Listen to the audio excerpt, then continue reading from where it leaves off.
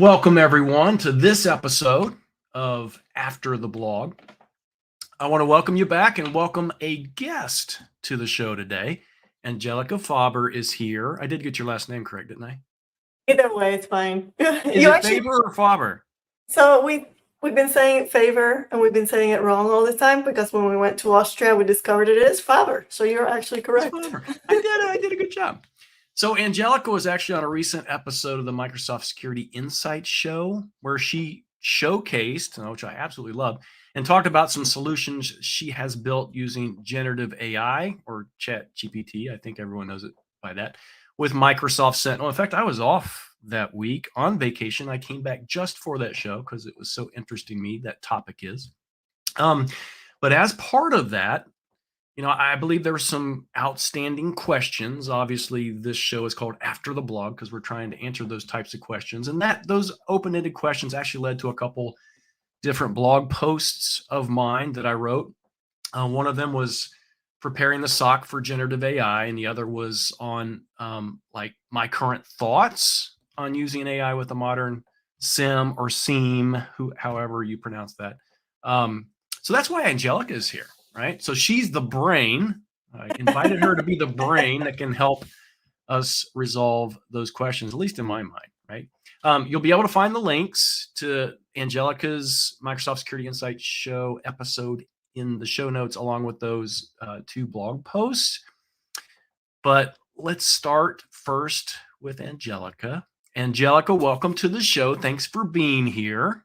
Thank you for having me. So I know you probably introduce yourself to Microsoft partners and customers literally all day long, but would you please do it for us one more time? Who are you and what do you do at Microsoft? So I'm a security architect with the GPS. Now it's America's team. It used to be US and now it's America's. And GPS is Global Partner Solutions. So I work exclusively with partners. Most of those are MSSPs. And so that's managed security service providers. And I help them build their security services, mostly around Sentinel, but also Defender 365 and Defender for Cloud. I do also work with some ISVs, like ISVs that publish their solutions on Content Hub, on Sentinel's Content Hub. So that's my job in a nutshell. Oh, that's awesome. That's awesome. So you work with partners quite a bit. That's got to be pretty, I was going to say rewarding, obviously, interesting, probably sometimes entertaining, because I know some of our partners, and I love our partners. And they're just like a really great group of people. Yeah, and I think I was talking to somebody earlier, and I was comparing it to like when you're the teacher and you get the gifted kids. Because they're the ones that have been on the field. They're the ones that ask the hard questions. Oh boy, yeah. And that was one of the conversations you and I were having. It's like, where does the inspiration come? And the truth of the matter is, a lot of what I write about is because I've gotten questions from partners. So, and then I'm curious about it myself, and so I go test it out. Well, that's kind of interesting that you put it that way, because our partners are super intelligent, which means you have to be super intelligent. Again, you're the big brain. That's why you're here. I'm going to get some really good stuff out of this. People are going to love this. So I appreciate you being here. Yeah, I appreciate you being here. I think that it's awesome when anyone can take time out of their day just to do silly things for me or with me. So thank you so much. Okay. So one of the bigger kind of open-ended questions that I had in my mind, was around how Microsoft Sentinel SOC, how a SOC, Security Operations Center, that uses Microsoft Sentinel. Obviously, this could be for other tools and products along those same lines as well, but how they can actually prepare for generative AI. So understandably, and I think a lot of customers have seen this already, everybody wants our co-pilots. When's Copilot?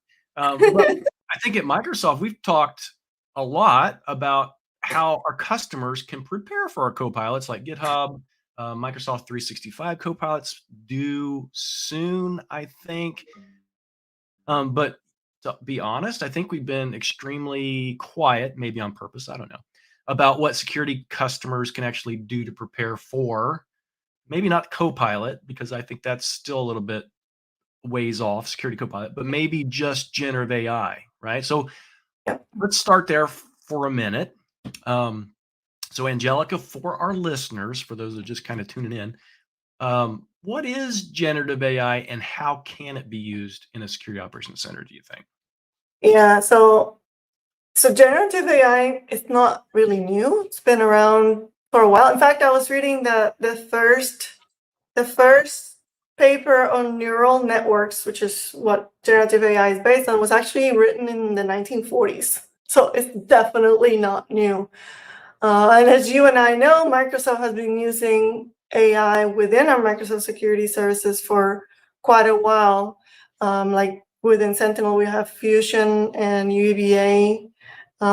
We even have within Defender 365 the automatic attack disruption. This uses AI. I think it's actually generative AI within some of those too.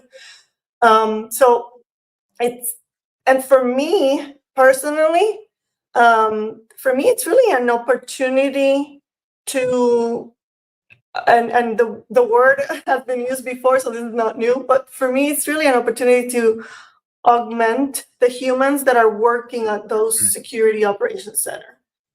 Because they really need it. I mean, if we know, you and I know that cybersecurity professionals, they suffer from burnout. We have also a lot of high turnover in some of those positions. So if there's an area that really needs help, an assistant, which I think is what I think I relate generative AI most to, being a really good assistant at everything. The area of cybersecurity is definitely, to me, one of the areas that needs it the most. So it's really an opportunity to help those humans, in my opinion. Yeah. Yeah. So as an assistant, what are some of the benefits of that? You've talked a little bit already. Being an assistant in a security operations center, what is that kind of? What do you think that looks like? I know based on the show, you showcase some of the things that you've been working on, which I think are super amazing that people need to go Thanks. back and take a look at. But what are some of those things that, as an assistant, it comes alongside and helps them with? Yeah. So like the first one that I actually did was an integration where it actually went out to OpenAI, to Azure OpenAI specifically, to get help and to get like incident tasks, like a list of things that the SOC analyst can try to investigate something. And it also, and actually the fourth step was like a KQL query. Hmm. So those are things that really, and not just like a junior engineer, but even senior engineer can benefit from, because you need brainstorming. Sometimes you're like, it's Friday afternoon and it's the end of your shift and you're like, I'm tired, I can't think anymore. So you need like, some kind of brainstorming. Also, some of the other things that I showcased were Oh, reporting. great. We know that SOC analysts do not like writing reports. They love getting into the the details and whatever, but nobody likes writing a report about what happened or how it happened. So reporting, I think it's an area that I think it could help with. And ideally, it would be something that would, like take care of all those mundane activities so that they can focus on the things that they actually want to do. Yeah. More rewarding type work. That's, hopefully what it would help with. Yeah, so that, I absolutely love that. So there's, obviously some benefit to it. And I think as time goes on, I think customers, as they start using it, they're going to come up with some really unique things and ideas based on their environment anyway. But have you found, working with partners and potentially the customers of partners with some of this stuff, what are some of the challenges potentially for security operations centers using or wanting to use, I guess, generative AI? Yeah, I think so. One is they're going to have to get approval to Mm, spend the money because it's not free. So just like any other type of functionality. They also have some privacy concerns, and I think that's where using Azure OpenAI specifically, I think addresses a lot of that. Because the fact of the matter is, it's running within your subscription under your control. You can put in your, networking guardrails and things like that. So some of the challenges is, I think initially is fear of the unknown too. A lot of people are like, wondering how hard is this going to be for me to learn, and some adventurous stocks, they're jumping in at first, but others are a little bit more hesitant about that, and obviously the privacy concerns and getting it approved by legal and getting it approved by finance and all of that stuff. So those are some of the challenges that I have seen so far. Yeah, and that's I think that's key. And then you see me here pulling out my notepad. The learning piece, right? So that's difficult, particularly when you think about anyone in IT or anyone in security.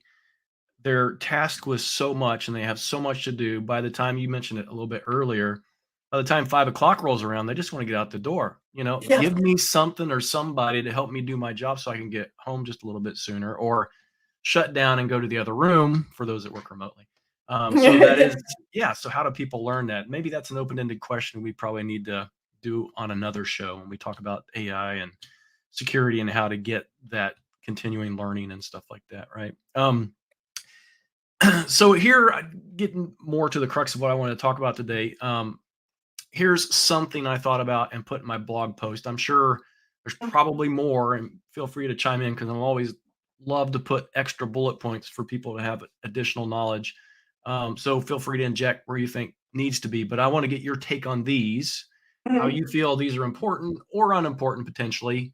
How a Microsoft Sentinel customer might go about accomplishing these. Again, focusing on the Microsoft Sentinel piece, because we're talking about preparing for AI, right? Preparing for the Copilot. There's a long list of things. If you go to look for Microsoft 365 Copilot on Microsoft's Learn site, here's the things you need to do to prepare. Here's the licensing, blah, blah, blah, blah, blah. What can a Microsoft Sentinel customer do to prepare? Here's a couple things that I had. Configuring the incident tags to make sure that ChatGPT actually has enough information, right? So if you tag things specifically, it's a PowerShell issue, it's a whatever it happens to be. Another one I had was assigning specific incidents to specific analysts using automation rules, which I think is hugely important, something people should be doing anyway. But I Yep. think that's going to help from being able to prepare for AI. And what was the other? I had a couple others. Actually using the TI. Not a lot of people use the threat intelligence components of Sentinel, or at least use them effectively. And then practice gathering information to build better generative AI prompts. One of the things that really caught me during that episode that you're on for Microsoft Security Insight Show was the length of your prompts that you were sending to ChatGPT. I thought, oh my goodness, if I had to spend all day trying to figure that out myself, I would just give up. It's true. Yeah. So how are you doing that? Is that based on, again, as a big brain, is that based on your knowledge, or are you actually using AI to create those prompts? Actually, the very first one I used, I have a ChatGPT Plus, and so yeah, I did use. You know what I did? I took the entire for the one for rubric. I took the entire documentation. I put it in, and I said, Oh, "Please wow. summarize this." And so that's what I used because I had to fit it into the amount of tokens that I have. Oh, yeah. For that calls because there's a limit. And yeah, the limits keep going up, and there's like APIs now that allow you more. So I could probably fit in a little bit more now. But that's what I did initially to fit it in. And I think grounding, it's even though it's gone through the system prompt, grounding is so important, and it's something that, like prompt engineering, grounding, and RAG, the retrieval augmented generation piece. Those are things that I think that need to be in, like, for SOC analysts and their to learn checklist, which is something that I recommend that they do to prepare And actually, to be honest with you, the best way that they can learn this is by playing with it. And maybe you can start with a solution. Like they are actually the partner that I worked with for that one, they already put a playbook already in the marketplace, so you can get this for free and start using it. So maybe starting with a solution like that is a good idea, so that you can get your feet wet. They don't need to learn prompt engineering to begin with, but it gets their gears running. By the way, I going back to the tag. Yeah. You're using the tags to inform to send data back to Azure OpenAI. But another useful idea that you can use for tags is to measure the difference. Like, did this help reduce your MTTR? Did this affect your baseline for MTTI? For how long is it taking analysts to respond to this types of incidents that are actually where you're actually using Azure OpenAI or any kind of generative AI in that matter, versus the ones that you're not. So maybe another thing that partners can do is like start setting some baselines, right?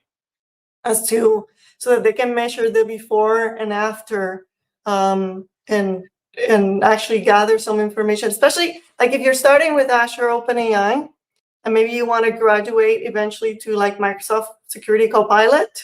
Yeah.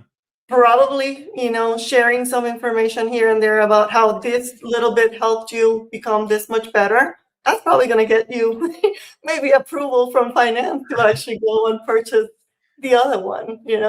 Well, I think it's kind of important thing to highlight too. Again, going back to that learning component, learning this stuff, the prompts, the grounding, the RAG stuff.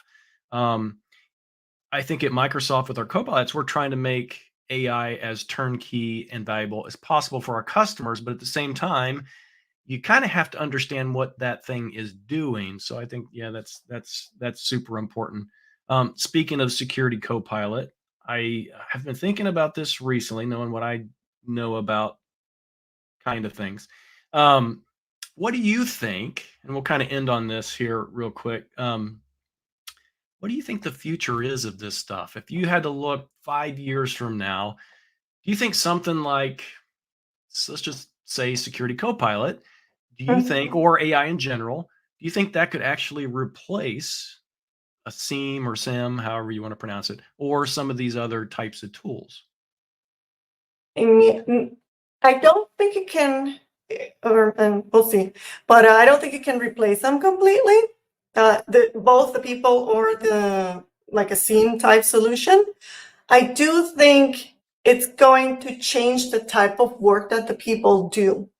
I think like everything in life, like we've gone through before, we didn't have computers, we didn't have calculators, right? So you're going to depend, I think we're going to eventually have jobs that are going to depend on having those tools helping us. It's going to make the type of work that these humans do that much more rewarding and much more, I guess it even mentally is going to make it easier for them to be able to go through their workday.